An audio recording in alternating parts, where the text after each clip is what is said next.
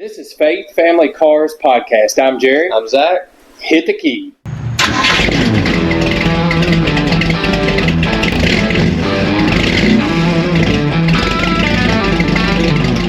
And the peace of God, which surpasses all understanding, will guard your hearts and your minds in Christ Jesus.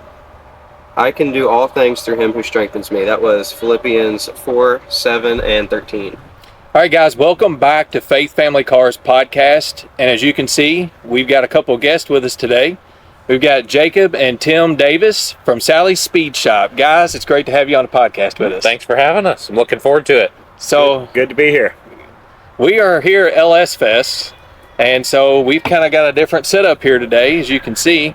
And we met these guys down here last night, and they decided they'd stop by and have a few words with us. So we're going to get into it, guys. So first thing that I've got to say is you started, I think your first YouTube video was like in 2017 with the AMC Green Hornet, Yeah. correct? Okay. I guess I was probably with Finnegan when we were doing some of the stuff. Yeah, and you had like a little video that you did on your own showing the rebuild of the motor. Yeah. Okay, the rebuild of the straight six. So there is a comment that you make in that video. Oh, goodness. Okay. I can only imagine. And it really hurt me when you said it. Oh, it hurt. It really did. Wow. Yeah, it just I don't even know what I said. it just poked me right in the heart, man. And I quote, "Who messes with an inline six anyway?"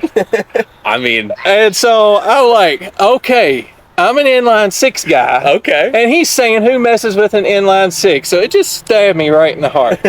But it's okay, I forgive you, He's a buddy. changed man. It was a long time ago. I will say, it is still fairly uncommon for people to hot rod a It's straight very six. uncommon. People generally have a straight six that will not die, Yeah. so they just continue to drive it. But I had a Jeep 4-liter in high school, so I do love inline Oh, sixes. yeah. I had just never had to actually do anything because they just work. Yes. But hot rodding an inline six to the level I did was a bit strange. Yes. And so I kind of still agree with what I said back then. It's like, Well, who would do that? I agree with what you said too, but I thought it was It funny. still And I hurt. thought, yeah, it You kinda felt hurt, attacked? Yeah, it was. I was like, man, that was even before I started following you guys. So yeah, my truck's got a 306 in it. Okay. That because the 302 that we had built and put in there, learning experience here. I missed the This 302. was the first motor. First you built, motor I ever so, built. yeah. I had the 306 still sitting there, and I said, you know what? We're just going to build this motor. So It's only 2 cubic inches less. it is. Yeah. But you can't get the power out of Yeah, it. Of very course. different, Very different way that you make power between get a lot of torque straight out of six. it, though. Yeah. Lots of torque. But we did the same thing you did with the Hornet. We put cam in it, 4-barrel intake, Okay. Holly EFIs on it, and so it's a good cruising, peppy little motor. But it's it's probably running like you did, 17-second quarter mile. Yeah, and It might do it without nitrous. yeah, most people don't bother putting nitrous on Yes. it. But you had over 40 more cubic inches than I did. Yes. That makes a big Oh, difference. a big But, difference. yeah, for some reason, we put direct port injection nitrous on that engine, which is very overkill for a straight six. But I know from having a nitrous plate on a V8 is that the spread across all the cylinders is pretty, universal. It's all the same. Yeah. Compared to a straight six, you got the carburetor in the middle of the intake. Those outer cylinders, if you spray nitrous in that, you're going to have a big problem. Yeah. So we decided to do direct port on it, and I only used it a few times, but I learned it was really good at burnouts while using the nitrous. Yeah. And that was the calling card of that engine. Well, when I broke that motor in with a carburetor, I ran a carburetor on for a while. It would do great burnouts with Yeah. carburetor. Great one-wheel peels. Oh yeah, that's how mine was. Yeah. Never both. I've got some tuning issues with the EFI. I can't do quite as good as one now. So Interesting. Yeah, but we're going to work on that and get that dialed in because it's really fun when you can lay a nice burnout, and it now has Tri-Clock in it. Okay. So it'll lay 2 marks instead of 1. Yeah, that's better. I will say though that when the Hornet only had an AMC 15 rear end, which it literally has 2-piece rear axles. They bolt together. It's really strange. But open diff with like a 273 gear, I think. And that thing, when you were at the top of 3rd gear, doing a burnout, laying into the nitrous, it was over 200 mile an hour at the one tire. Oh wow! Because you double the wheel speed roughly when you have an open diff.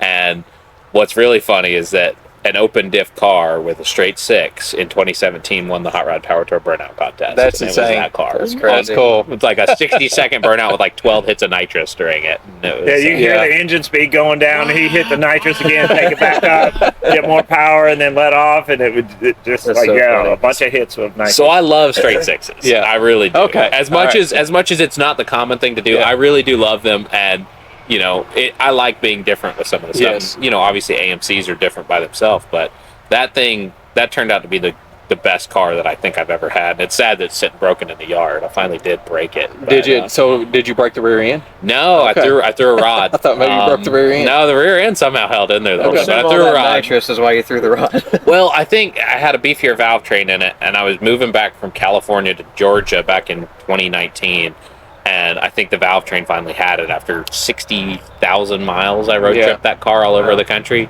with that same straight six, Yeah. and it pulled one of the studs out of the head that holds the rocker arm on, and when that happened, it threw the push rod up into the valve cover area and chucked the lifter out of the bore No, wow. on the road trip. So I was Yeah. in Texas when that happened. I had Oh. no oil pressure, and I was like, it's got oil volume, it just doesn't have No oil oil pressure because pressure. there's that big hole where the Yeah. lifter used to be. Yeah. I was like, I don't want to pull the head on the side of the road. So I was like, it'll make it home.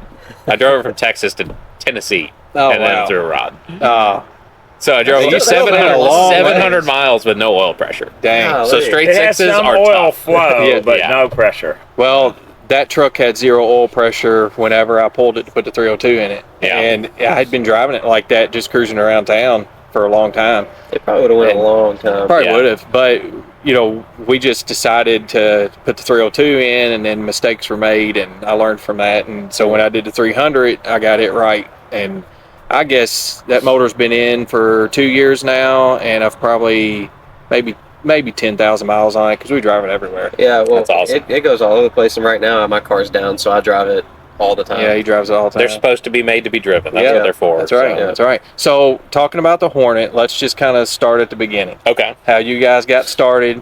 Because I'm from what I've seen, the Hornet was kind of the first car that was out there. But I know Yeah. it goes back further than that. Oh, yeah. Because I've seen videos where y'all showed Tim's C10 that he had when he was a teenager. So I know it goes way back. Yeah. But let's kind of start with where you started at with YouTube and on Instagram and that sort of thing. Oh, goodness. So that C10 you mentioned is actually the vehicle that got me into cars in the first place. So he had a That's cool. C10 back when he was, 17 or 18 Teenager. Yeah. Yeah. on Fort Benning in Columbus, Georgia. His dad was in the Army. And he had like a hot rodded Nova. Mhm. And he was selling the Nova but wanted to keep the engine. So he put the hot rodded. It was a 4-bolt main Yep. Chevy 350, and I thought, oh, that's a good engine. I don't want to get rid of that. Yeah. So I was wanting to sell the Nova. I found this ragged out C10 with like a 305, whatever, 307, and so I ended up buying that and swapping them. And swapping the engines so I could keep that Chevy 350 and sold the Nova. And then, fast forward a lot of years, decades, that truck was just like garbage. I was still bad. have it in my backyard, but it is so rusted out. Yeah. I'm pretty Anyway. sure it was a Canada truck. It has like a Canada import sticker, and it Yeah. has like the dual speedometer, which I'd never seen on those with kilometers Okay, an hour. yeah. So wow. it was in a very salty environment for Yeah. a long time, Yeah. I believe. Yeah, so I found a C10 in somebody's yard and paid him $500 for it, bought it, and we swapped the engine out of the clapped out C10 into the better one. And we got it running, and we're doing a test drive, and there's this hot rod shop near Sally, my mom, his Yeah. grandma's house. That's where we did the swap. And I said, let's stop in this hot rod shop, see what they do, meet them. And while we were there visiting, it was talked about that they needed somebody to like just sweep the floors and everything. And Jacob got a summertime job there between his junior and senior year of college. And that started the ball rolling. That's pretty Yeah. awesome. And then when I was working there, I started sweeping the floors, and after a few weeks, the shop was very organized and clean, and I didn't really have anything to do, so I started working on the cars. Yeah. And one thing led to another. I ended up getting promoted to shop foreman by the end of the summer, and while I probably should have finished college, I never went back to college. I just started playing with cars full time for a living, and It was more enjoyable. yeah, and I taught myself while I worked there, like, how to take pictures. I had a camera that a friend had given me, and I taught myself how to write little stories and do social media, and that snowballed to where we're at now. And it's the way it really got started is I won a contest through Roadkill while working at that shop. So Okay. Roadkill had this thing called the Roadkill Nation Challenge, Okay. where like 8 fans, you made this profile and you entered, and they picked me as one of the people to fly out to California and spend like a few days playing with Hellcats and Vipers with Freiberger and Finnegan. Yeah. And I was like, you know what, this is bigger than just like spending a few days and having fun. Like, this is an opportunity, and like if I make the right connections and Yeah. make an impression, like maybe it could lead to more. And that's actually when I bought the Hornet. Okay. That was 2015, September of 2015. I was like, what can I do to make an impression? Yeah. And I was like, you know what? I think the move is to do what they do. So I don't know, you guys watch Yeah, Roadkill, I'm yeah. sure. Most car guys, So 2015, they know Roadkill. you Like, put together a roadkill type vehicle. yeah, so I actually bought the car when I landed in LA. So I was looking Oh, at LA okay. Craigslist Yeah. Okay. from Noonan, Georgia. From Georgia. Okay. Wow. And I was like, I need to find a car. And had it lined up to buy the car. And the Yeah. guy was actually a Roadkill fan. He was, yeah. He So bought it from. I told so him about he it. held the car. He had other offers. It was like $1,400, $1,350. It was listed for $1,600. Yeah, and he had other people interested, but because of the story, he was like, "Yeah, I'll wait till you get out here." Yeah, that's pretty like, cool. Yeah. Yeah. So Yeah, but I flew out there, bought the car, drove it out to the event, and had a great time. Took Freiberger and Finnegan to dinner in the car and stuff. It was really That's cool. cool. It's like a fan. It was really awesome. well, Yeah. Freiberger had even seen the car on Craigslist. Oh, yeah. and had thought about going and getting it. He Yeah. kept trying to buy it from me the whole week Yeah. that I was out there. And I said,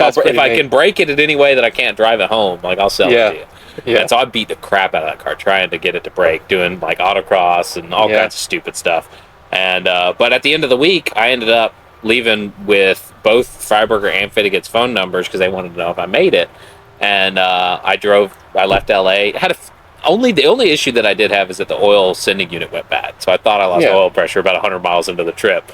I didn't. Yeah. It just was the sending unit. Yeah. Drove it all the way across the country with literally zero problems, outside of the fact that I added 28 quarts of oil, Oh wow. 7 gallons of oil. Gosh. It just had a rear main leak that was so bad. It wasn't really Oh, burning yeah. oil, but it had So a it rear was blowing main. all over the bottom of the car. Oh, it's rust proofed forever Yeah, under that car. That's crazy. But I got back, and that actually led to. I told Freiberger and Finnegan I made it. I don't know why you guys make this look so hard. Like, Yeah. this is easy. And Freiberger had me write a story for him, and I wrote a story that went in Roadkill magazine. And then you were saying you watched that YouTube video. Yes. So Finnegan was like, well, let's do some stuff with your car, because he had just moved to Georgia. Yeah. And I was helping him with his shop, and he had started his YouTube channel. So for a lot of the early videos, I'm the one holding the camera at Finnegan's garage. Okay. Cool. And then he's like, well, let's hot rod your car a little bit. Let's put nitrous on it, because I wanted to blow up the motor and put a Hemi in it. Was always my plan. Yeah. And that is still what I want to do to that car. But we were looking at it, we're like, well, it is a worn out engine. If we just put nitrous on it, it's going to blow up. Yeah. So it's like, I got to give it a fair shot. So that video that you watched Yeah. was my first YouTube video. Was like, well, let's rebuild the straight six in the Hornet. And we did it in this weird basement garage of a house that him and a couple people were renovating to resell. Yeah, I was looking at that and I was like, It was that a looks like weird the base- location. basement type it was garage. a basement of a 4-car garage. It was Yeah. it was steel reinforced flooring above us. Okay. Yeah. But it was huge, the room we were in. Yeah. It was just a space to work in. That's Yeah. it was enclosed instead of in the Yeah. driveway, because we never had a shop. Yeah. We never even had a garage. Yeah. Yeah. And one of the people that was doing the house renovation with me, one of the partners, they didn't really ever look in that room, and so they came through one time, and she had a friend who was checking out the house with her, because it was like a 12,000 square foot house. It was huge. She was her friend was an insurance lady, and they saw that car and they smelled the gas fumes and the oil. And Oh, man. she called me. She was like hot. She was like, "Get that car! There could be a fire, and we could lose everything on this house." So fortunately, we were right at the end of the build. It was like the last day. And we still had the fired it car up out in within- the basement garage and everything. Yeah, y'all were talking about ventilation. Oh yeah, we were feeling the fumes from that one because there wasn't a garage door on that. It was just double doors. Yeah. So Oh, we okay. squeezed the car like barely into that Oh, room. nice. But yeah, that's and where we it fired started. it up. It was in a neighborhood, so we fired it up at night. We wanted to keep it quiet because it was like midnight or Yeah. something like that. We're firing this car up without mufflers in the middle of the night, and so we kept the doors Doors closed shut. for a little while, and then we had to open them and get some air. But yeah, it's a weird place to start. It's not your normal story. No, but, it's not at all. buying a car you shouldn't have bought, driving it across the country, and then It's a starting to cool work story on it. though. But it just shows you can make something happen with anything. Yeah. Like I taught myself how to market myself, and how to make things happen with a very junky $1,300 station wagon. Yeah. That is literally the start. Other than obviously the cars we messed with when I was younger with his C10 and stuff, but that was my first real big project. Yeah. So moving from there, the next thing that kind of sparked my interest with you guys. Well, first of all, before we get to that, so the Sally Speed Shop name. Okay. Okay. Now a lot of guys may not know who you all are. Yeah. So explain to us where the Sally Speed Shop came from.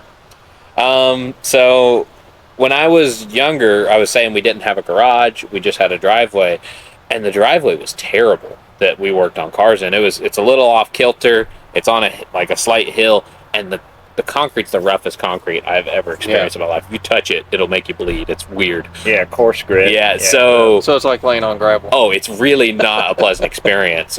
So my grandma, his mom, Sally, she had a nicer driveway, and there was a little tucked away area in the back that was kind of like you could put a car there and work on it, and you didn't really affect anything.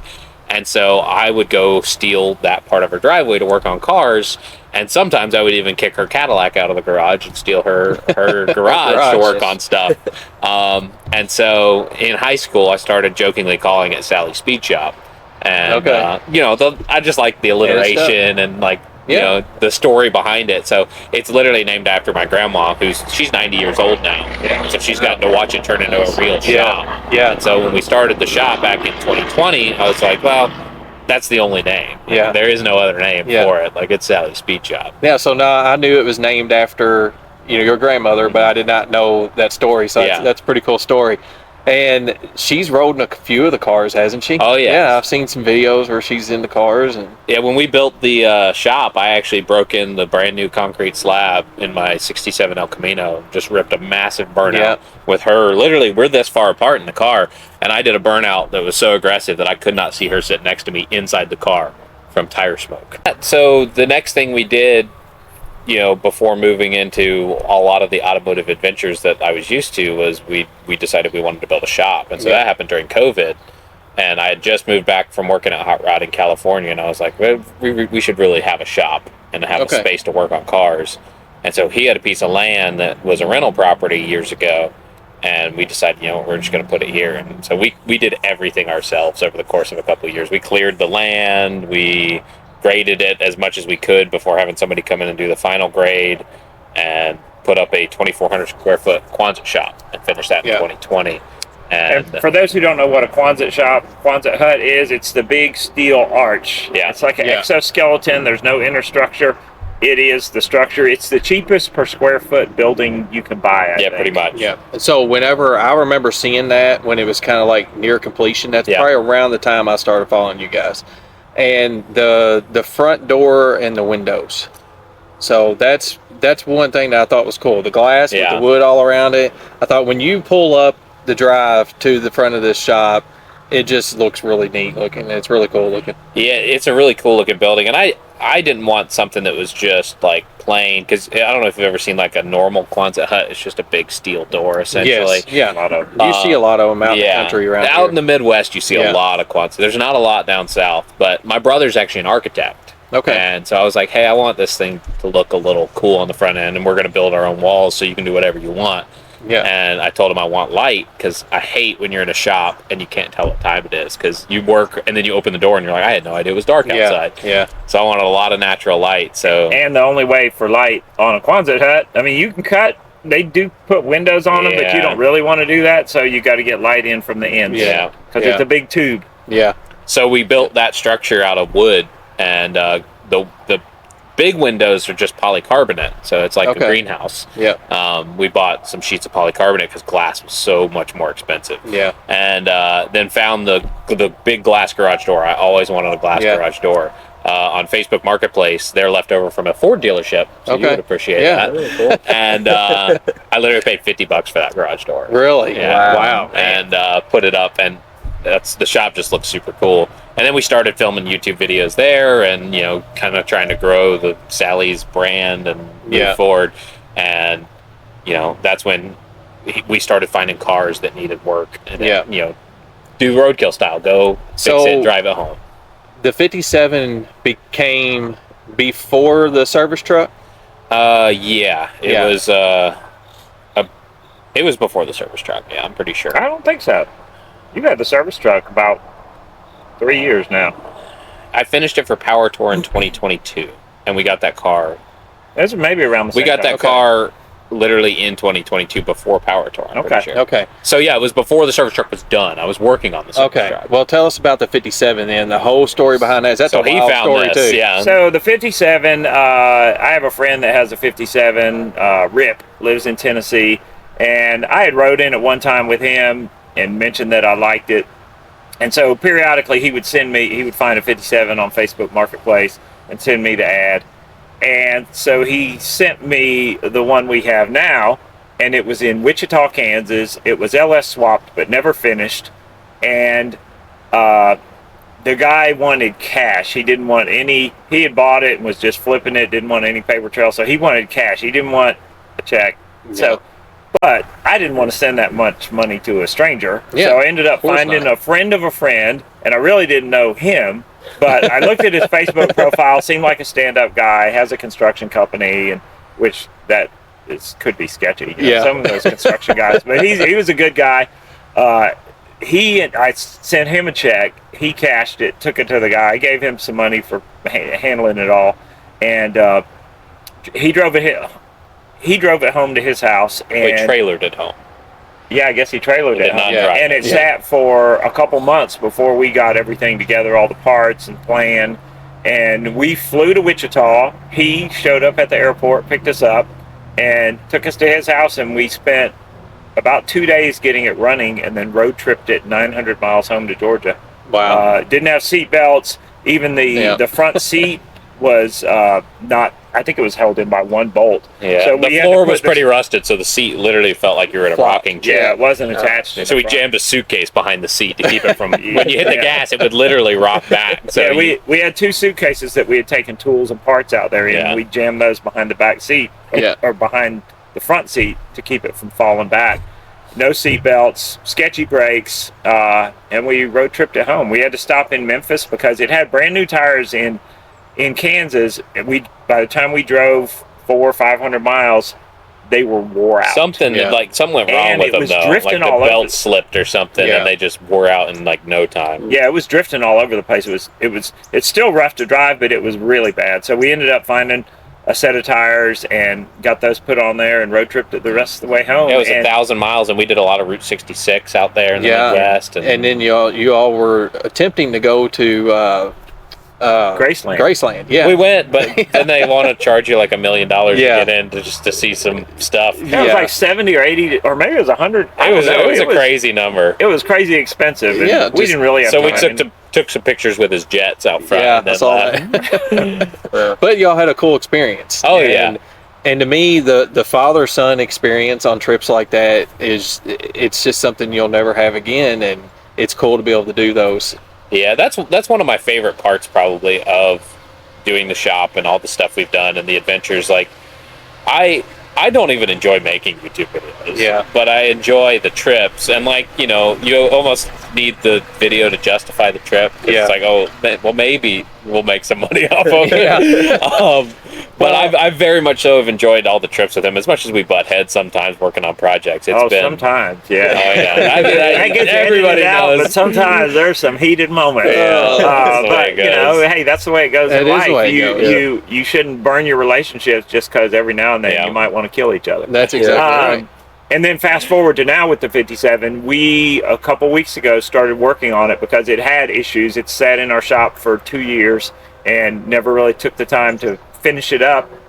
It's still not finished. We put some new seats in that are actually secured to I don't know, should I say it? A fiberglass floorboard. Yeah, you should say it. Hey, it does the job. The floorboard is solid now. You can stand in it, and it was just, there was pieces that were just floppy in there. There was Now pieces they're of all- wood under the There was carpet. wood in there. Now it's all fused together with fiberglass. And hey, we are in Bowling Green, Kentucky. This is where they make a performance sports car out of fiberglass. Yeah. Completely out of fiberglass. You know, so Since 1953. He's trying to justify the terrible work he has done. Oh, man. And you know, I will say it works, but man, it's not the right way to my do it. point for that is, you know, Freiburger's line is don't get it right, just get it running. Yep. And especially with an older car, maybe like our car is really rough. So to do that whole metal floor pan thing, first of all, we didn't have time. It's over $1,000 for the panels. Yep.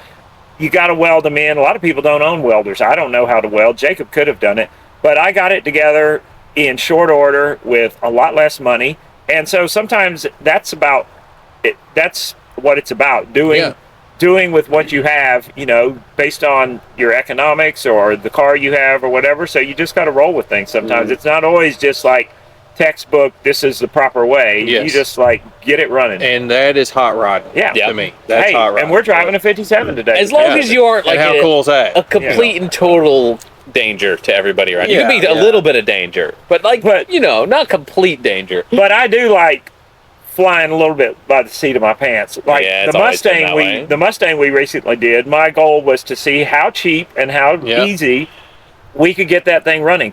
Did we do what we should have with the engine? I know we didn't, because I've been inside an engine. I've rebuilt like 5 engines in my life, and you know, one I still have, still runs. The other ones I just don't know where the cars are. I'm sure they were good at the time, but you know, went through them and put new bearings and new rings and all that. We didn't do that with this Mustang. We just like, let's slap this thing together and see if it runs. And miraculously, it runs pretty good. But anyway. Well, we'll just fast forward to that, because that's what I want to talk about, and then we'll go back to a few other cars. We found out you guys are Ford guys. You guys have got so many stories, but we have a few. We will back up a little bit, but since you're already talking about the trash back, we know the whole roof is fiberglass. We know that you just threw the motor together with what you had. We know that the rotors were turned like with a brush. Wire brush? No, not even. They were turned with the brake pads. What was done with the wire brush? Jake cleaned them a little bit. Flywheel. The flywheel. Yeah.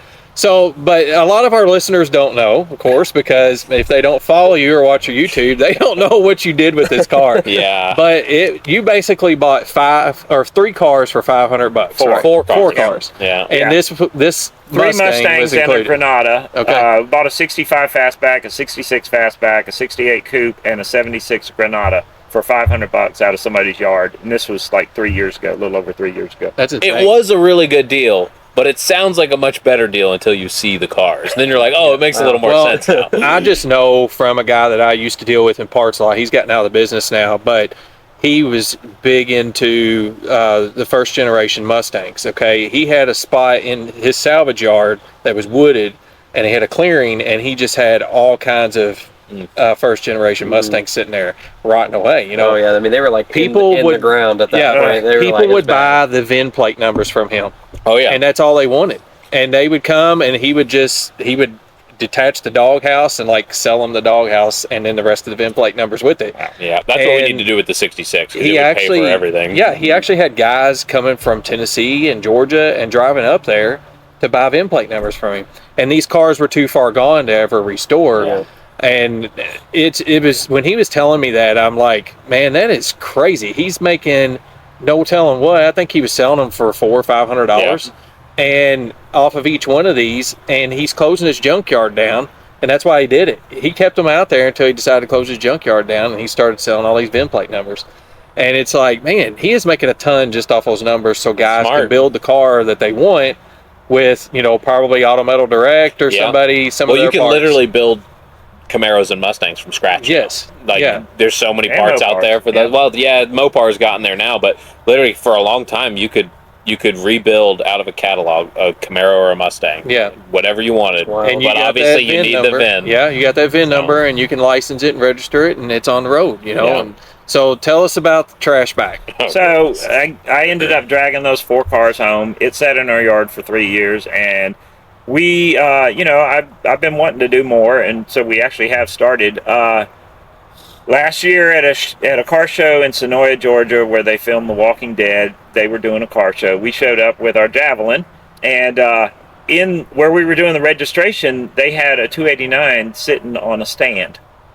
And I ended up talking to this buggy museum owner where the engine was, and asked him if it was for sale, and we ended up buying it. And he said it had sat for about 40 years. It was in a car Oh, that wow. he had that needed to go on a rotisserie, so he pulled the motor, Yeah. and then while the car was at the shop and the car burnt to the ground. Oh, Well, you're man. leaving out the fact it was in a 65 Mustang Fastback. It was, Which is yeah. very Yeah, strange it that is. it's a Fastback Mustang just sitting there for 40 years while the car has been sitting not that far down the road for another 40 years. Yeah. Yeah. And then put them Turns together. out though the motor's actually a 68, but it was Yeah. in a 65 Yeah. fastback. Okay. But, so we ended up getting the motor, tried to get it running. It had the heads were not where they needed to be. So with the four Fords I bought, there was a set of heads, and so we ended up cleaning those up, sticking them on there. I mean, not the engine, other than what the guy said.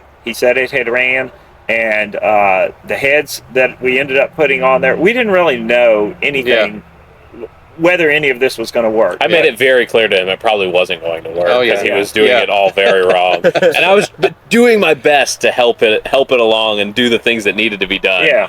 But we did dingle ball it without pulling the pistons. You did. But honestly, I take no responsibility.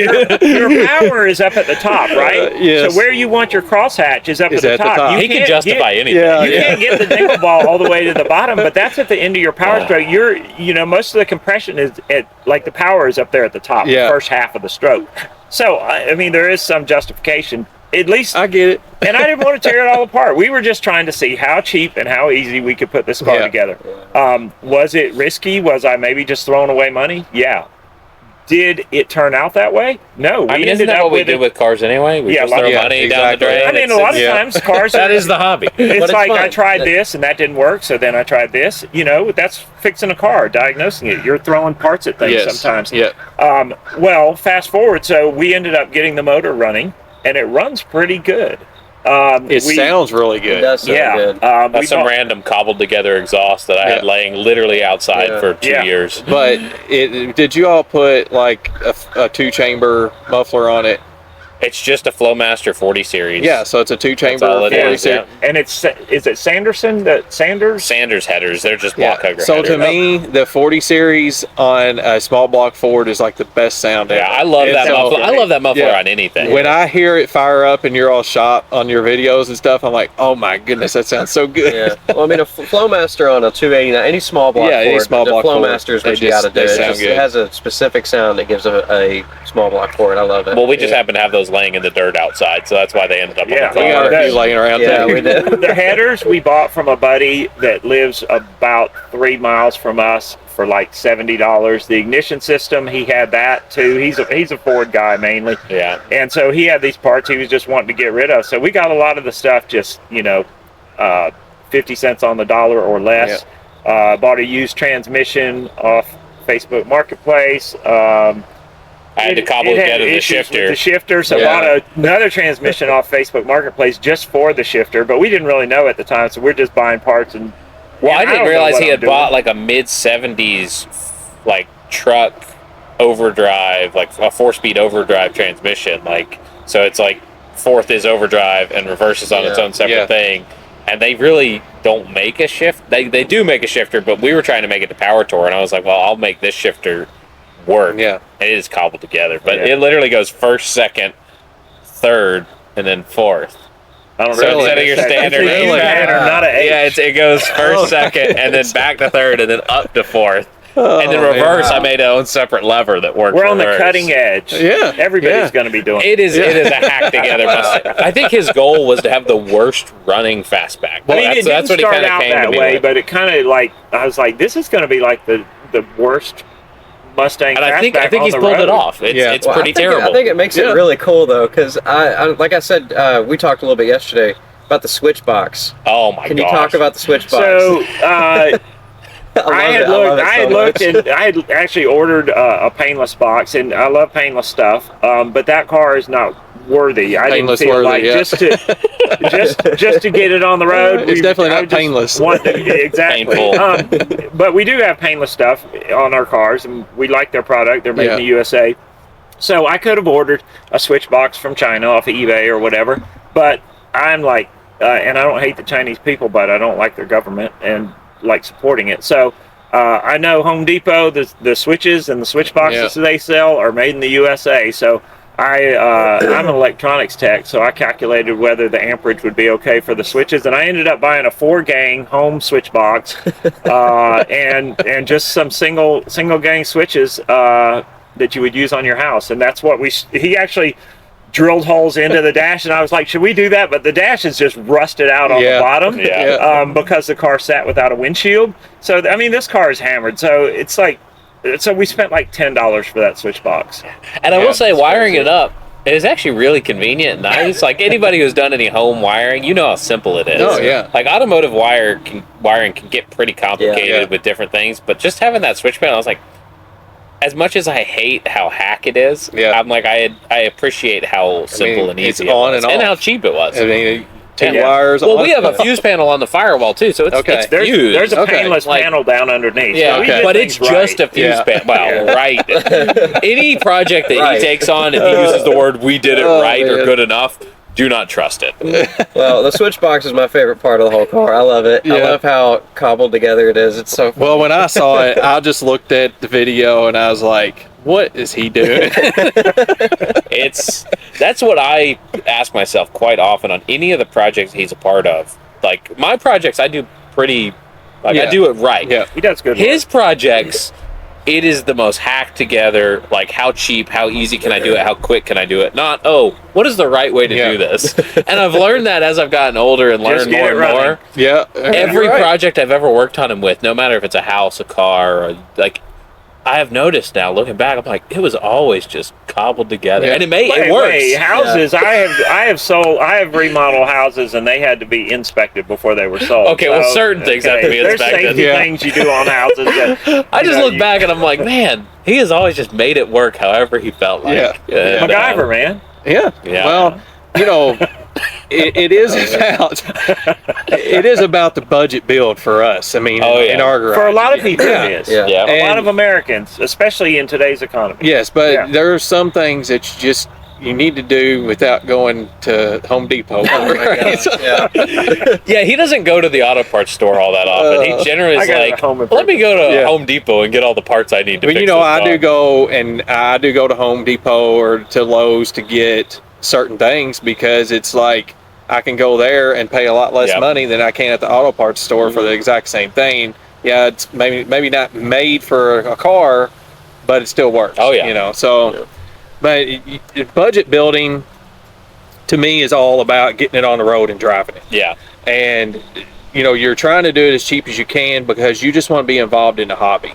And I was waiting. I really wanted that car to make it to Power Tour. Because we of course, we brought our truck down and we had a mishap on day 2. He had to come get the truck and bring me the Mustang, and we finished in the Mustang. But sheared an axle. Yeah, I so wanted to see. Doing a burnout. Nice. That's the Power Tour way. Oh yeah. I so wanted to see that car on Power Tour. I really wish y'all had made it, but you got it going now, and that's awesome. We do, and actually, September 21st is the 1 year. It's the next car show in Sonora where we ended up getting the engine.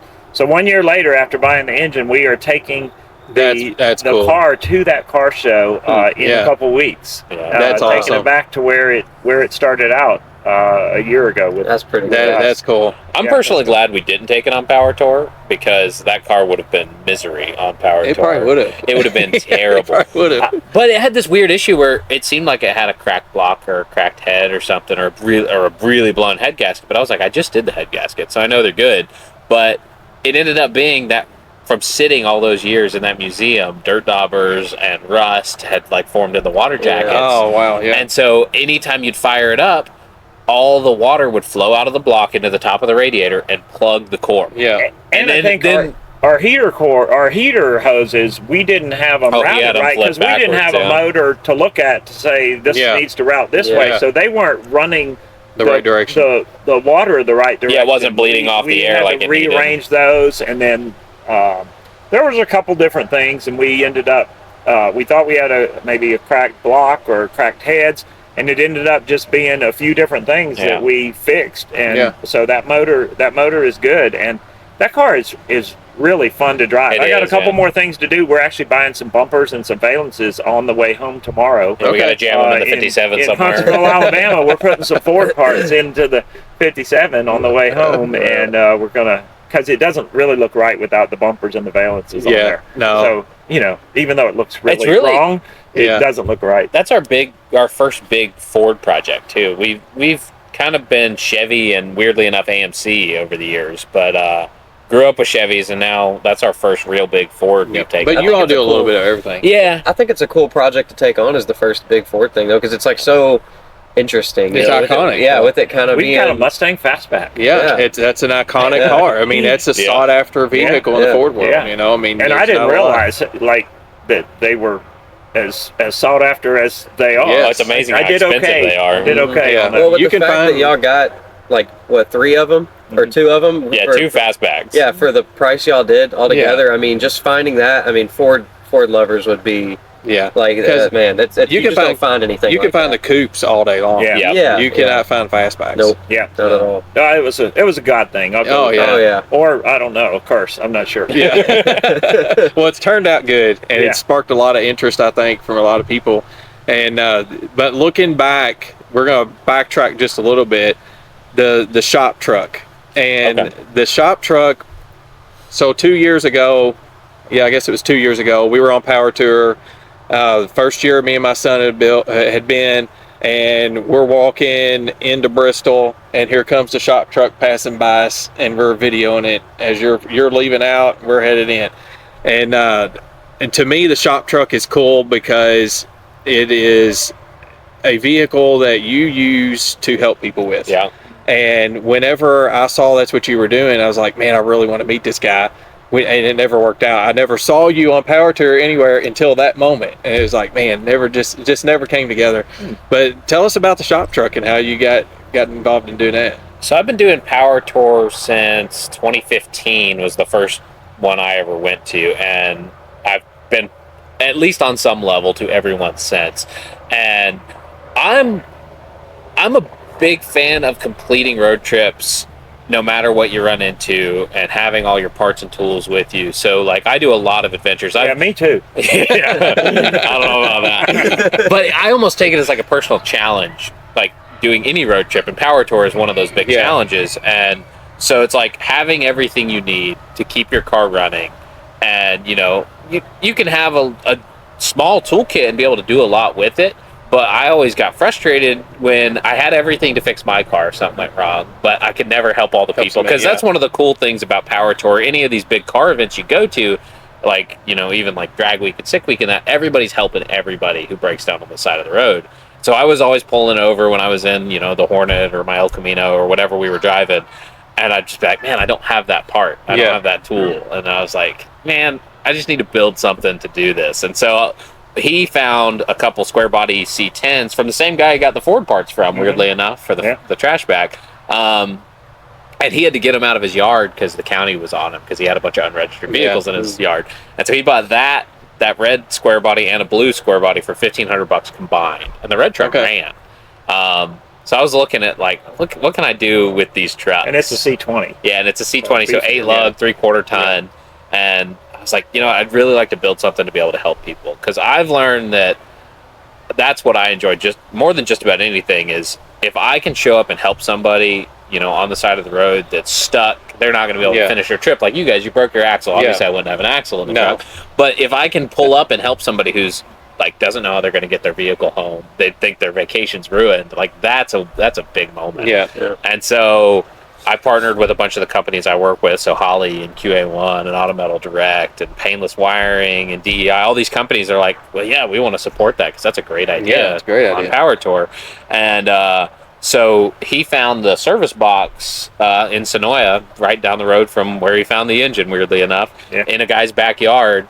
It was sitting up on top of like a flatbed Ford, utility truck, like big flatbed truck, and paid $500 for that service box. It was an old Bell South box. Oh, okay. So it was that mint green color, and it's a really cool box because it has these big drawers that pull out, so you can fill it with tools. And decided we were going to LS swap it, and weirdly enough, found an LS. That's another story for another time. Found it on the side of the road, literally in a ditch on the way back from a car show. And that's the motor. That's the motor. I didn't realize that was the motor that was in there. Yeah. It needed bored out and rebuilt and everything, but I rebuilt it. And but we found an LS on the side of the road. Yeah, it's a roadside service truck with a motor off the side of the road. So now the motor that was broke down on the side of the road is in a vehicle that's helping people that are broke down on the side of the road. Yeah. You know what's so crazy? I mean, I hate to break in. Oh, no, you're fine. I'm just listening to your all stories. I'm like, you can't make this stuff up. I mean, no. We're just a special kind of stupid. That's what I think it is. So. But it's been really fun. And then I finished that truck and did Power Tour in it. And I built that truck in, I think, 56 days from literally a worn-out old 305 regular truck to I mean, it's pretty nice, actually. I'm proud of that. You driving a lot. I've put about 20,000 miles on it the last 2 years. Yeah. And, it's towed our race car. It tows the El Camino up here to LS Fest normally. And so it's the best thing I've ever built. Yeah. And the week of Power Tour, when I show up in that truck, I have all the parts and tools, and I work like a dog all week helping people. But I feel so fulfilled at the end of that week that I was able to help people who were stuck. Yeah. And that's really what I'd like to do more than even working on people's cars in the shop, is do something that actually has an impact on people and helps them. Because the effect you have on somebody's life and the relationships that kind of stuff opens up is just really cool to me. Well, I think on that year of Power Tour, you helped someone change out a rear end in a Mustang. Is that right? Yeah, that was planned. Oh, okay. I had built the rear. I had built the diff in the shop the day before I left for Power Tour, because he's from Canada. Yeah, and he has a fastback Mustang. Mike Bazzelli from the Old Car Channel. Yep, we follow him. That's part of the reason I think he wanted to do the fastback was Mike's Mustang. It was a kind of a rattier fastback. Yeah, but it's cool. It's awesome. That you his go car and look at it, very cool, and it runs good. Yeah. But he had a 308 gear, I think, and he wanted something more serious. And he's from Canada, and so he didn't want to pay the taxes to import all the differential parts. So he sent them to my shop, and I actually pulled the center section out of the trash back, because that was the only 8-inch center section I could find, and rebuilt it the day before Power Tour. And we literally swapped that in a hotel parking lot on Power Tour. So the center section that's in the trash back is actually out of Mike Bazzelli's car. Oh, really? I took that back. That was the core. Yeah, that's pretty wild. And we didn't do anything to it. And it's got like some broken... Yeah, he's done a few too many burnouts in it. Just like send it. Yeah. Just stuck it in there. But that's where that came from. So him and his dad put together a Fairlane. For that, that's what they brought down this year. I saw their cars. Didn't get to meet up with them either. They are diehard Ford guys. Yes, there's so many people there, and everybody's off doing their thing. Sometimes it's just hard to meet up with people. But it's that car was pretty cool too. So I think Zach has a really big interest in one of your vehicles. And the Javelin. So doing a drag and drive is kind of a bucket list thing. I want to get my 95 Mustang like at that point. Even if I can't run very fast, I just kind of want to do a drag and drive event. So I was watching your video this year, the Sick Summer, or I guess it's Sick Week video. Yeah, Sick Week down in Florida in January. I want, if you want to talk about that a little bit. Yeah, so it's a long story. We have like 7 AMCs now. Something like that. It's a lot. But it started with the Green Hornet originally, and that led me down this path of learning about AMCs and how cool they are. And I've really like come to love that car company. Like, they did some really cool stuff. And I had always wanted to do a drag and drive too, because I used to work at Hot Rod and I would cover Drag Week. And I thought it was super cool what everybody was doing. And it's such a great community too. And it's even like a smaller community compared to, like, you go to Power Tour, you can get lost in it. drag week and sick week and that kind of stuff, you have 400 diehard guys that are, Okay, against it's not this as many as challenge. I thought, Yeah, yeah. it's about 400 cars Okay. generally. Obviously, you got multiple people in each car, so Yeah, you got maybe 1,000 people doing the trip. And I used to take the El Camino, and the El Camino is an all-around car. Like, it's my shop truck / go around a racetrack and pull corners and road trip. It'll do everything. But it's only about a 12-second car. And so to go any faster, I would have had to cut that car up and cage it, and I really didn't want to do that. And so we had talked about finding a car that was a little more serious. And that's not what I was looking for. I wasn't looking for what we ended up with. But I was on a Facebook group. I'm on these AMC Facebook groups because parts are really hard to find. So you have to be in these Facebook groups to find parts for them. So they've been out of business since 1978. So there's not a lot out there.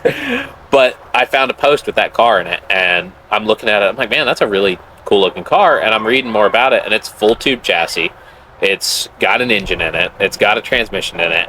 And it was listed for like $11,500. I was like, that's cheap for a tube chassis car with a title, which is very important. Not that we needed in Georgia, but if you had to have an officer come inspect the VIN on something like that, we might ask some questions. Plus, the VIN is missing off the Having dash. a title is a good thing. The title was a big deal. Well, title of a race car is kind of rare too. Yeah, well, and this one was such an oddball story because the project had began in like Shelby, North Carolina. in 1982 or something. Yeah. The project started, or 83. Okay. And so it was a car that had never raced, but it was a 40-year-old race car. It literally was never finished. Wow. It never hit the track. Never hit the track. Literally had never fired up. That's wild. The guy, and we tracked down everybody to do with it because the original owner didn't own it anymore. He had sold it back, when he was younger. And but I called the guy, and we ended up making a deal on the car for even cheaper than the price that was listed, which the engine alone is worth what we paid for it. 'Cause it's a 600 horsepower NA AMC 401, like aluminum rods, like high compression. Not an engine you should take on a drag and drive. I will say that. Wow. Taking that was nice. taking that car on a drag and drive was a real challenge, but He agreed. but we got that car running, and I was like, can it do a drag and drive in its current state? I don't know, but I basically threw every trick that I could think of in the book to make it run. So it's got giant oil coolers on it. It's got a really big radiator. It's got an electric water pump.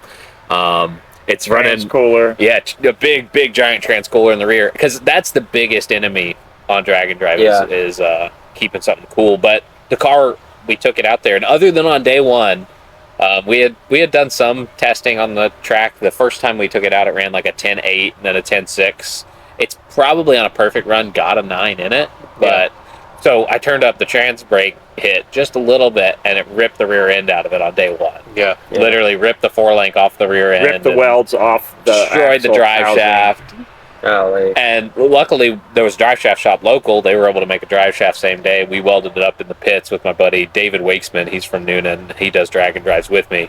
And the car made the whole trip pretty flawlessly, except for the mufflers ripped apart on day one from the high compression. It literally destroyed the mufflers for our street exhaust.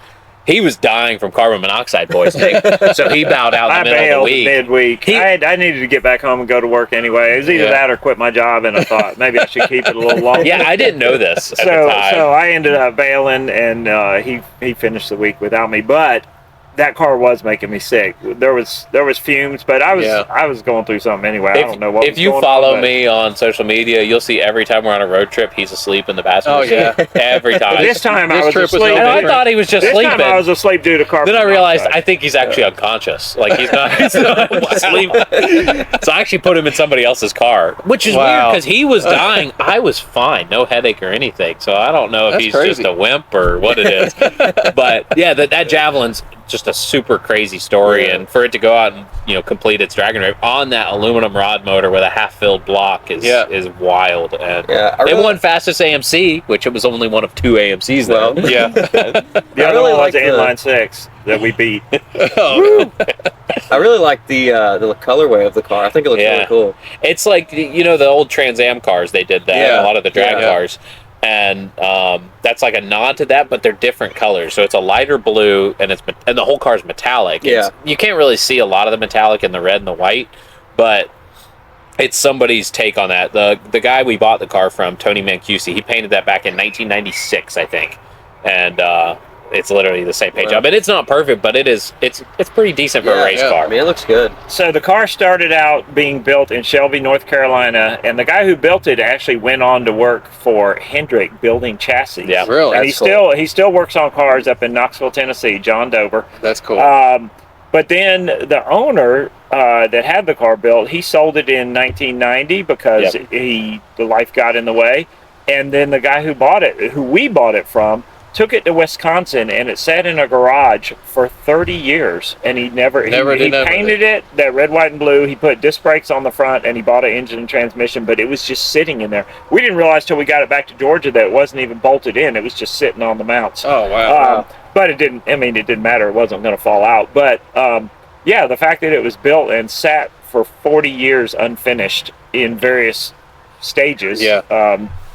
It's just kind of a crazy and you all story. gave it life again. Well, and from the time we started working on it to when we took it racing, was 2 weeks. That's how it was. It was a rough 2 weeks, but it was 2 weeks of work left, and that's why it's sad to see people not finish their project. Yeah. Something gets in the way. Yeah. So the mentality of just finish it, even if you don't know what you're doing, just finish it enough to get it running and do something with it. Have the guy that you guys bought it from, has he reached out to you all? Or we keep have him you in all the talked loop to on him? it all. Okay. Yeah. So he's got to see it. I let him drive it. We took the car That's back awesome. to Wisconsin to a racetrack near his house. Yeah. Okay. And he actually, we didn't let him run it down the track, but he drove it around the pit. Yeah. Yeah, that's cool. That's Yeah, awesome, he's man. a good guy. We're, it was neat to be able to let him do that, and And the guy who had the idea of getting it built, he came down to the shop in Noonan and got to sit in it. And crazy thing, when he came down, he was wearing this AMC shirt. I was like, hey, I like the shirt. He said, I bought this shirt 40 years ago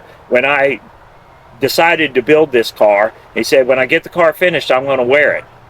He had the shirt. He never sold worn the it. car a few years later man. and had the shirt for almost 40 years. And never got rid of it. Wow. Yeah. And then he wears it down to the... I'm like, who would do that? Yeah. It was that still is brand so new. The shirt, crazy. literally, it was Yeah. a white shirt, not a stain on it. And I was Yeah. like, Yeah. man. And he said, I didn't finish it, but it's close enough. So he Yeah. decided to wear That the is shirt awesome. finally. Yeah. We love the stories behind a car Oh, more than yeah. just about Oh, yeah. anything, and the people you meet, the connections you Yes. have along the way. That's really what's mattered to me through the process. Like, I love the cars. Don't get me wrong; they're so cool, but the people matter Well, I way think a more. car with a good story is really important. I mean, when I bought my Mustang a couple months ago, we talked to this guy who'd owned it for 20 years, and he was in the military, and it's been registered all across the United States, and it was in the Middle East. He had it shipped to the Middle East. Wow. Yeah. So my car has been autocrossed all across America because he's done like autocross racing. All with a And then- stock car. Yeah, stock He just car. liked He doing even it. had stock That is exhaust. cool. So he went to Bahrain in the Middle East, cut the exhaust off because they had leaded fuel, and then brought it back and welded the stock exhaust back on it. Cats So, and all. yeah, Well, cats the and cats everything. back in and everything. Yeah, That's so, crazy. but I mean, a car with a good story is really important to me because Yeah. I feel like it adds a lot of character to the Yeah. car. Well, and being able to track down that story, because sometimes you don't know the people. Yeah. And that's where the Javelin story is really cool. Is the only reason we were able to find everything is the original title was still with the car. Yeah. Yeah. And it was literally an open title from 1984. Hadn't been Gosh, registered. wow. And it had Robert crazy. West on it, and I looked up West, like Robert West In Shelby, North Carolina, and there was a West Auto Body Shop. Huh. And I It's his- called. it's his and brother. It's his brother. Yeah. Yeah. And, Oh, that's awesome. Yeah, and he's like, I'm gonna give you his number. Give him a call. I'm not gonna tell you, tell him what it's about. Yeah, and I call him, that's and he's like, I awesome. cannot believe. So like, That is if we awesome. hadn't found that, there's no way Yeah. we'd know the Yeah, story. and he and the guy who actually built it, John Dover, said they had always wondered what happened to the car because they never heard anything. Well, a lot of old race cars, especially like tube chassis race car, they either get wrecked or they get left Yeah. out, and not Yeah. like they just get ruined. And that car was still very nice. Yeah. So It looks Pristine. very, yeah. Yeah, well, maybe one of these days we'll get together and we can come by and see some of these Oh, cars yeah. that we're talking about because I think that would be cool. Oh, I'd yeah. like to. I'd like to put eyes on the Javelin. I think it'd be. Yeah. the Javelin's be a really to cool see. car. Yeah. Yes. So Yeah, and we can drive it. You can take a ride on the street in it. hey, that'd be awesome. That'd be awesome. Yeah. That Just would be bring awesome. your earplugs. Okay. Yeah, I need to put mufflers back on it. Okay, so we've talked about a lot of you guys' vehicles, but I want to switch gears just a little bit, and I want to move into a little bit about your guys' testimony and your story, how you came to God. I know for us, I feel like that no matter how small or how big you think your testimony is, God uses all of our testimonies to touch somebody's heart, because somebody has went through what you've went through, or they went through what I went through, and not all stories are the same, and that's what makes us all unique. You know, God works on us in different ways. So, Tim, I want to start with you because I know you got a good, powerful testimony, and I want you to kind of tell us how you came to God. Well, I was raised Catholic. I guess I can say that. I don't know. And you know, they don't necessarily teach like walk an aisle, get saved, and all that. Yes. So you know, I had a background in Christianity. I went to Catholic school from kindergarten through 6th grade, and so I always went to church. My parents took us to church. But when I got into my teenage years, I just became a wide open hellraiser. I hung out with some guys. They did armed robbery at places. They did one time they went into a magic market. It was after midnight. You couldn't buy beer, and they went in with guns and robbed the magic market just for beer. And I remember the write-up in the paper said, "Thirsty bandits rob magic market." And they just went in and they said, like, everybody get down, you won't get hurt. And they went in, grabbed some beer, and walked out. And they did that with guns. And they would do some crazy stuff. Yeah. I remember one time they were coming to my house and they shot out a guy's tire while he was on the interstate because he had a tail light out. So just doing stuff for no reason. Yeah, just good old boys, never meaning no harm. Yeah.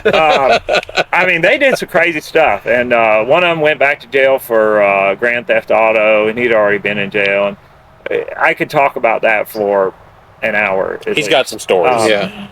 At one time, they said this guy owed him some money.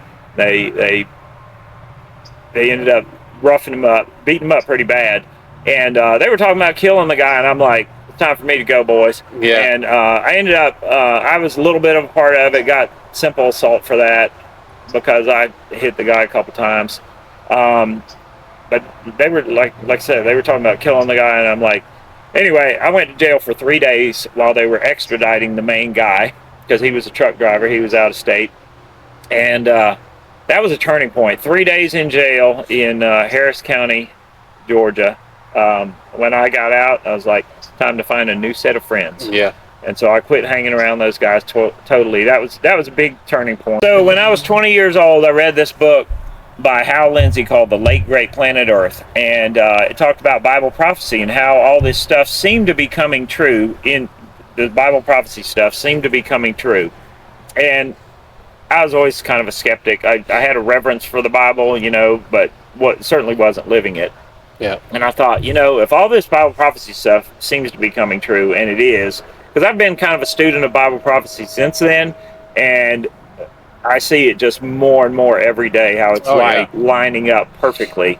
And if it's true, then it should. Yeah. And I thought, well, if this stuff is coming true, and it seems to be, then probably the rest of the book is true too, and I should probably live my life after it, follow it a little bit. Yes. Because eternity is a long time. So if you're like, maybe you're having a good time here on earth, but you're going to pay for it eternally, that's not good. That's not a good long-term plan. No. So I just started reading the Bible, and you know, it talked about like changing your life, giving your life to Jesus, and living. And that book was a turning point for me. And like I said, I was a skeptic, and I believe, you know, God even talks about put him to the test, and if you take the time to study this stuff, God will show you it's true. That's right. It's not blind faith.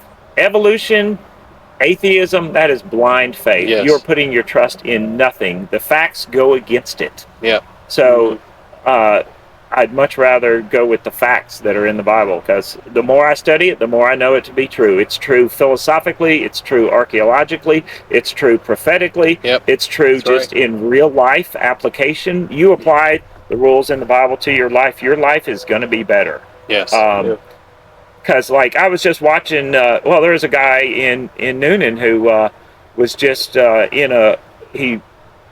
I don't know if the story's true because I met a friend of him, but anyway, he was charged with DUI, killed a lady in an accident. hey, life without Jesus is great. Let's go get a DUI and kill somebody. Yeah. You're like, no, generally, if you ignore the principles in the Bible, you're going to pay. You're going to, I mean, there's exceptions to that. You see, like celebrities and stuff, seems like everything's going great for them. But generally, if you forego all those principles, it's not going to make your life better. Well, you're speaking of celebrities and everything going great.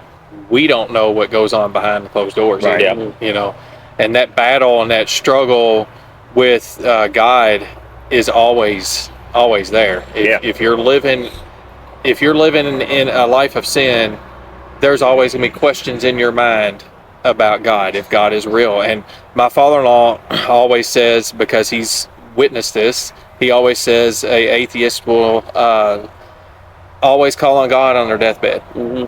And that's because he has been there for a guy who called him and said, come and pray with me, when he was dying, who said he was an atheist, you know. And he said, so even an atheist will always call on God on his deathbed. And I think about your testimony, and I'm listening, and I'm thinking about my father-in-law, because they're a lot alike. Very similar, you know. And the kids like to joke that their papa was a gunslinger, you know, and so they like to joke about that kind of stuff. But, you know, to get into the Bible, and we have a men's Bible study that our family does together, and that's what I've really been pushing this year, is we've got to get into the Word of God, because that's the only thing that's going to make us stronger. Because I'm like you, I've been a Christian for 30 years now, and I see the prophecies coming true. Revelation is starting, and all the prophecy all the way through the Bible is starting to happen. And I think a lot of Christians are skeptics, because if you've been a Christian for 30 years, you're thinking, when is this going to happen? That's what he says to me. I've been saying this all the time. Well, literally, since I can remember, the world was going to end that year. Me too. So, well, I mean, it makes you be like, if it happens, it happens. But I don't think it's going to happen this year. And, you know, we have had preachers come to our church whenever me and my wife were teenagers that were hellfire and brimstone, and telling us that the end of time is now, and then it never happened. So I think a lot of Christians are skeptics. Yeah. But to me, even if it don't happen in my lifetime, which I'm thinking more and more it's going to, even if it don't happen in my lifetime, I believe the Bible prophecy to be true. You know, God didn't have the writers, he did not give visions to the writers to write these things if they weren't going to happen. Yeah.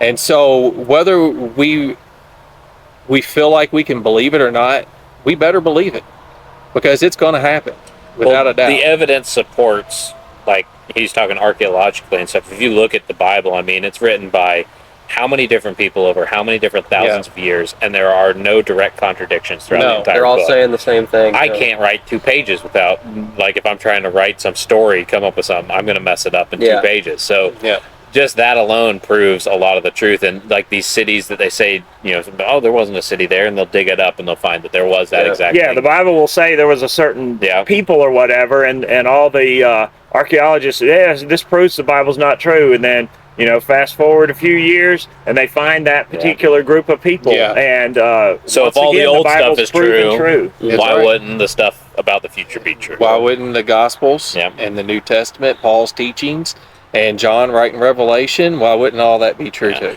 And this is purely just from a logical point of view. Like, if that's taking the power of God completely out of it. If you just look at the Bible logically, the evidence supports it's real. So that's not even done any personal encounter with anything he's done in your life. So I don't know how people look at the evidence and come away with the fact that it's not true. I think a lot of people just want to live their own lives and do their own things. And not have to answer to something. That's right. They want to be the God of their own universe. No matter what you do in life, you might think you're living your own life, but you're always reporting to someone. Whether it's your job or it's the government. Or whatever you're addicted to. Because a lot of people are slaves to whatever sin they're trapped in. Like cars. Well, that is fair. And sometimes I'm sure that can be unhealthy. Like, you should probably be doing something better with your time than fiberglassing floors in a 57 we Chevy. Both experienced it. I mean, we spent so much time thrashing on my Mustang. I was trying to get done right before I got married, and we spent so much time thrashing on it that in my life, I put everything to the side. My wife, my relationship with God, everything was pushed away to focus on this car. I was in church thinking about this car. I was at home thinking about this car. Talking to my fiance, well, at the time my fiance, thinking about the car, and it was like, what I have to Don't get let done. her know that. Well, no, she already knows. She already knows because it was a big fiasco. It was right before we got married and stuff. But it's like, you've got to always put God first above it, and that's something I learned very recently. Your life is better for it ultimately. Yes. I will say though, I mean, we're talking to car guys here primarily. I think it's not like it's either or. It's like I can't be a Christian because then I can't have fun or whatever. Yeah. Oh no, it's going to make your life better. You can have more fun because just the peace of knowing God, knowing you're eternally secure, that's good. But God doesn't want us to not have a good time. I think heaven, I don't know what it's going to be like, but it's going to be good. Oh yeah. But yeah, you can be every day. You can be a car guy and know Jesus. It doesn't ruin your life. It makes your life better. Yes, it does. And I've lived both sides. I had a brother who committed suicide when he was 26. I was around 16 years old, 17. And he just used to curse God and say life sucks and everything, and then he ended it. It's like, I don't want that. I don't want that direction. And maybe my relationship to God was a result of seeing the opposite. Yes. And I didn't want to go that way, but God in the Bible is going to make your life better, and it's not going to limit your fun. It's going to make you have a better time actually. And I didn't know that beforehand. I just thought, I don't want to be a Christian. Those people never have any fun. And it's not the case at all. Well, just through the short time that we've had starting this podcast, I have come across and talked to so many people in the car industry who have the same mindset. They're Christians, and when they have heard about the podcast, they're excited to hear it, And even though we've only got a few episodes out, there is a whole group in our community, in our car community, that are seeking God just like we are. And I didn't realize it was really out there. I didn't, because you don't really see it or hear it talked about very much in the car community. When you go to shows and things, there's not a whole lot of putting your faith and your cars together. Yep. And so I think as we watch this thing go forward, I trust and believe that God's going to use it, and it's going to bring more guys like you all to us, and I think it's going to really turn out something good. And I just encourage any guys out there, if you put your faith in God, make sure it's known. Get you a little sticker or a track or something and lay it on your car at the show, and the people can take it. You never know whose heart that's going to touch. And I know Dylan McCool has always got a scripture on the back of his cars, when he does any events. And how many people is that witnessing to? And, one of the scriptures he's had on his car before was Romans 1:16, which I made the theme or verse for our podcast. And that's, I'm not ashamed of the gospel. And the reason that came to me is partially because of seeing it on his car. And then second, because that's what this is all about. We're not ashamed of the gospel. We want to let people know that you can do all the fun stuff, with cars and enjoy your cars and still put God first in your life. Jacob, so I don't want to get too far without asking you your story. Tell us about your walk with God and how it started. My story's a lot different than his, that's for sure. Not to say I haven't messed up, because that is, I think a lot of people breeze over that when it comes to the gospel. The first admission is one that's actually very negative, is that I am a sinner. I am, doomed to eternal damnation without, God. But, that's not something everybody wants to admit, that you're a depraved individual that needs God. Yep. But that is the basis of the gospel. And so I learned that from an early age. So I grew up in Christian school. I guess he wanted the opposite for me because of seeing, what it's like when you go the other direction. But as much as that's a positive, I am very thankful for the way I grew up. So kindergarten through 12th was one school, Christian school. That's good. Bible class every day, went to church on Sundays. But at that point, I think when you grow up in it, at times it becomes just what you do. It's not actually anything that's personal. And I got saved at 5 years old, and baptized at 5 years old, because I understood, even at 5, what it meant. Did that mean I really gave my life over? I don't know, because it's like, unless there is a true fundamental change in who you are on a daily basis, I don't know how real the encounter necessarily is. And so, I grew up, and like like I said, I'm thankful for it. I appreciate the like base level I had to work off of, the knowledge I had, the experiences I had because of that, the people that I got to grow up with.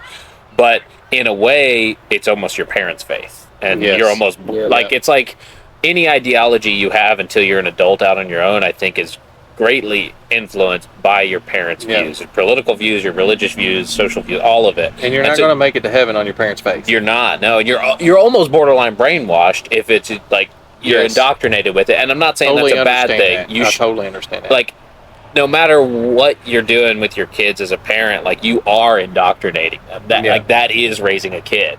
But whoever the kid decides they're going to be when they grow up is up to them. And so I left Christian school and went to college, and I saw a lot of other people kind of like abandoning everything and like doing their own thing, and I was like, you know what, I'm going to look further into this. And so I actually like studied religion more, and I wasn't looking to change religions, but I looked at what do other people believe, because when I believe something or anything I do, I really love to know how things work. Yeah. And so I'm like, let me pour into why do people believe what they believe outside of this, so I can hopefully further believe what I believe is the point of view. Because that was always my basis. This is the truth. Like, God created the earth, sent his son to die, and he did that just for you. And like, that's the base that I work off of. And so that's the lens through which I view the world, the lens through which I view other people.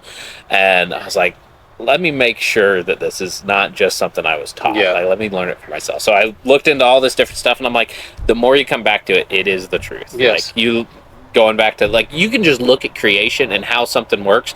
He used to make me watch these videos when I was a kid called Creatures That Defy Evolution, or Creations That Defy. It was about animals and these things that there's no way that could have happened on accident. Exactly. And I mean, even just a base level, you look at the way systems work, even just the way a tree grows, or the fact that your body's working. Like, as a car guy, I think of how much design and engineering goes into an engine. Yeah. And an engine's complicated. Yeah. But it is infinitely simpler than the human body. Way like, simpler. Infinitely simpler. Yeah. Like, it is, like, there's no comparison. Yes. And to think that everything happened on accident, I was like, that's just no way. Yeah. And then you read the messaging of the Bible and everything that it stands for, and the way you live your life, if you live according to it, is like, it is the better way to do it. And even studies have shown that, the people who follow that, they live a happier life. They might not be the most successful people. Like, they might not have all this money, but they are successful because they're happy, they're content, they love the people around them. And I think that's the thing that stood out more to me than any of the hellfire and brimstone. Like, that's secondary. Like, I don't want to believe in God because it's saving me from something. I want to believe in God because he is worthy of it, he deserves it. And that relationship. And the relationship aspect where the world is crazy. You look at the world, people who are doing whatever they want, and, like I said, the base level of Christianity is, I am a sinner, and I am a depraved individual outside of God. So I am far from perfect. I know that. Yeah. But I see what men do, especially men in the world, do to people when they're living separate from God. Like, you wonder how people can go out and murder somebody or take advantage of children or whatever they're doing. And it's complete absence of a relationship with God. And as a result, like, we are inherently evil. Like, we are fallen. Yeah. And so just seeing this message of hope and love and loving your enemy and, everything that's the opposite of what anybody would do. Yeah. And how much better your life is for it as a result is like, okay, that's what I want to look into and focus on. And he doesn't really command you to do any particular thing, you need to believe this or do this. It's as far as like interacting with other people, obviously you have to believe that he sent his son to die for you, and that's the only way. But all he tells you to do is just treat each other with love and respect each other. And, that's what stands out more to me is like, I just want to show love to other people. Like, yes, you got to know what you stand for. You got to point out people when they're doing the wrong thing, but you're never supposed to judge them. That's not your place. No. And I think growing up Baptist, people look down their nose at each other. Everybody's very judgmental. Very much. And I think that turns a lot of people off. But what I think, if you truly believe the gospel and what the Word of God says, you're just supposed to love on other people. Yes. Like Jesus spent his time with the people that nobody wanted That's to do right. it. Tax collectors, Yep. prostitutes.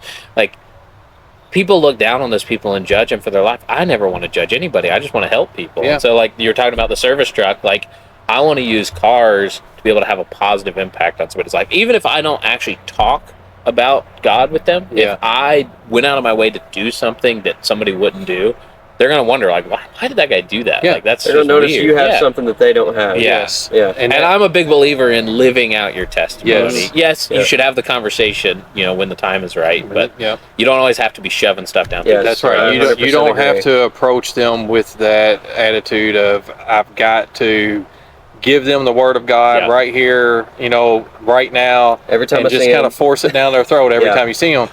To me, it's about how you live your life in front of them, and then that will develop into those conversations. Yeah. When they start learning who you are, and they start seeing that, man, this guy's different, that's when those conversations will be able to open up. Yeah. And I know, just recently there's a guy that I've worked with and for a long time, and he knew how I lived my life, and he's went through some trying times recently, which opened up the door for me to start talking to him about God.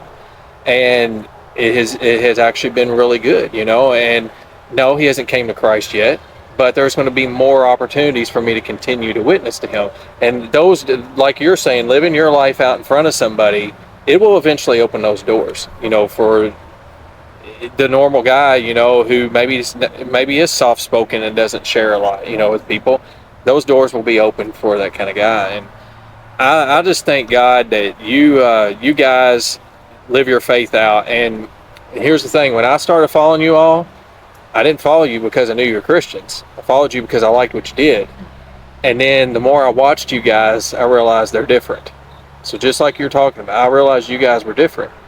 And then the whole reason that we're here together today is because Tim, on his Old Time Revival Instagram, from time to time will throw out a scripture. He has his John 3:16 shirt on.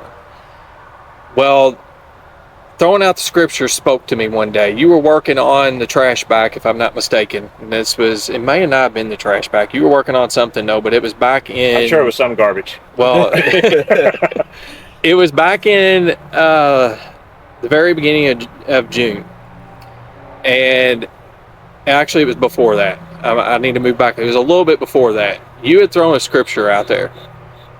And it spoke to me in a way of, this is what you should be doing.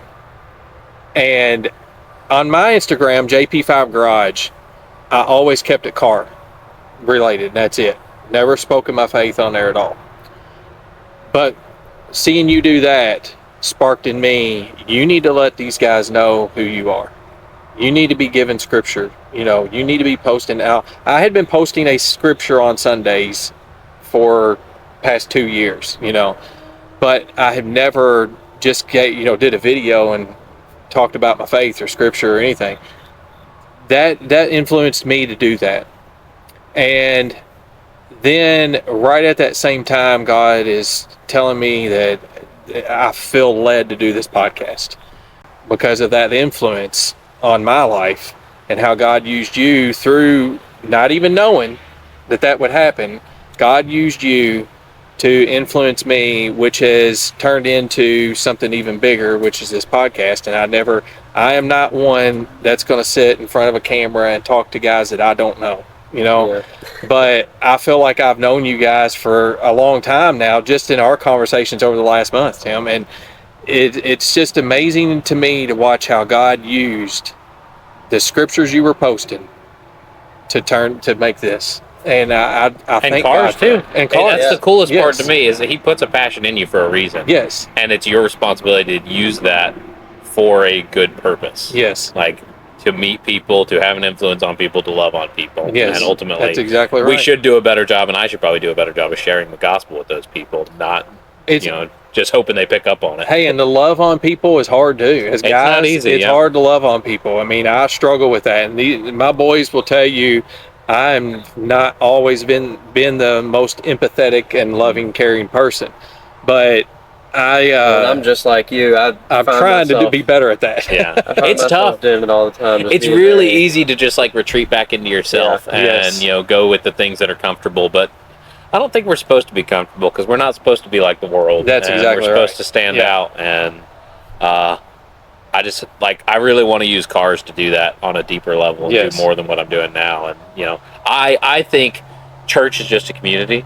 That's Community right. can be a group of car guys in a parking lot, Yeah. and that can be church. Yeah. Like if you're pouring into each other's lives and talking about real things and having deep relationships rather than just talking about how cool and shiny the cars are. Mhm. Yep. Like, Well, that means something. there's a whole world out here that needs to be saved, and we're all in a small community of that in our different areas, and it's our job to go out and spread the gospel. And, And- I didn't mean to be like preachy or whatever if I was saying what people needed to do. I don't remember what, He's what always post it preachy. was, It's but didn't mean to Hey. be bossy about that. But do it. Yeah, that's right. Go find God now. So, guys, it's been awesome to have you all on. I'm so thankful that you all came on with us today. And you can find Tim at Old Time Revival on Instagram. You can find Jacob at Jacob Ross Davis. Ross Davis, and you can find both of them on Sally's Speed Shop on Instagram and YouTube. So go check them out, follow them, give these guys some support, and we will see you next time. God bless you. We love you.